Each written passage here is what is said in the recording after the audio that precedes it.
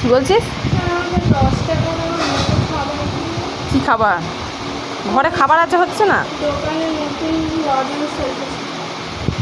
ভুলভাল খাবার খায় না।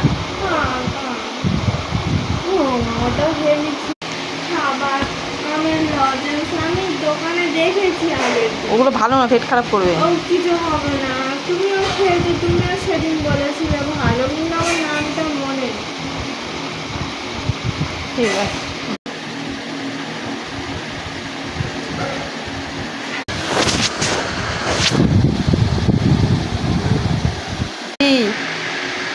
পয়সা দেবো তো। কি করবি?